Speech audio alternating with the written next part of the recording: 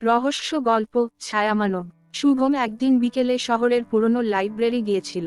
সে রহস্য গল্প পড়তে খুব ভালোবাসে। লাইব্রেরির কর্নারে ধুলো জমা একটা পুরনো বইয়ের তাক থেকে সে একটি বই বের করলো, ছায়ামানব।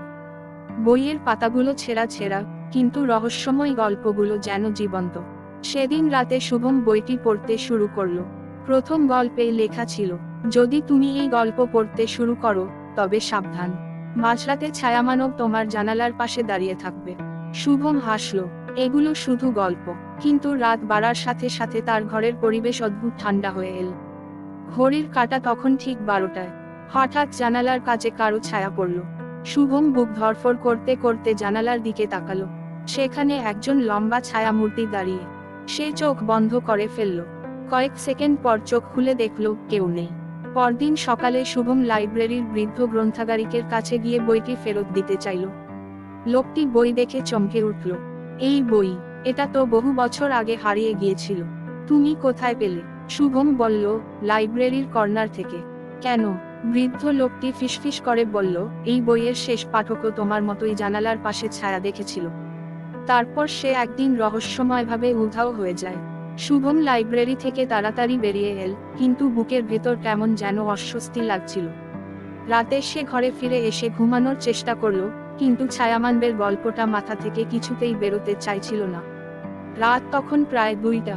হঠাৎ একটা চাপা আওয়াজে শুভমের ঘুম ভেঙে গেল। মনে হলো, জানালার কাছে কেউ আস্তে আস্তে হাত বুলিয়ে দিচ্ছে। সে ধীরে ধীরে উঠে জানালার দিকে তাকালো। তার গলা শুকিয়ে গেল। জানালার ওপারে আবার সেই ছায়া, এবার আগের চেয়েও স্পষ্ট। শুভম ভয়ে চোখ বন্ধ করল। মনে মনে বলল, এটা শুধুই কল্পনা, এটা বাস্তব নয়। কিন্তু পরের মুহূর্তে একটা ফিসফিস শব্দ শোনা গেল। গল্প শেষ হয়নি, তুমি এখন আমাদের একজন। শুভম চিৎকার করে আলো জ্বালাল। জানালার ওপাশে কেউ নেই, কিন্তু তার টেবিলের ওপর রাখা ছায়ামানব বইয়ের পাতা আপনা আপনি উল্টে যাচ্ছে, যেন কেউ পড়ছে। সেদিনের পর থেকে শুভম আর কারো সঙ্গে স্বাভাবিকভাবে কথা বলতে পারত না। তার চোখের নিচে কালি পড়ে গেল, চেহারায় ভয় জমে রইল। একদিন তার বন্ধু আদিত্য তার বাড়িতে এলো। শুভম অনেক অনুরোধের পরও কিছু বলছিল না। অবশেষে আদিত্য তার ডেস্কের দিকে তাকিয়ে চমকে উঠল। সেখানে একটা চিরকুট পড়েছিল। গল্প শেষ হলো না, এবার তোমার পালা। আদিত্য যখন পিছনে ঘুরল, তখন জানালার পাশে শুভম দাঁড়িয়ে ছিল, কিন্তু তার ছায়া পড়ছিল না। আদিত্য ভয় পেছিয়ে গেল।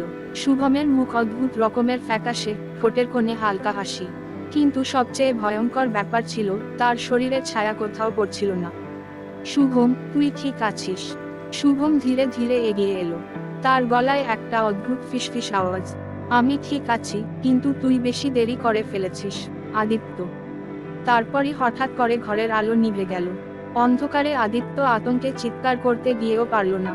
কানে এল একটা শীতল ফিসফিস। গল্প শেষ হয়নি। ঘরটা কয়েক মুহূর্তের জন্য নীরব হয়ে গেল। পরদিন সকালে শুভমের মা তার ঘরের দরজা খুলে চমকে উঠলেন। ঘরে শুভম কোথাও নেই, শুধু ডেস্কের ওপরে খোলা পড়ে আছে সেই বই, ছায়ামানব। আর তার পাশে একটা নতুন চিরকুট। একটা গল্প শেষ হলে আরেকটা শুরু হয়।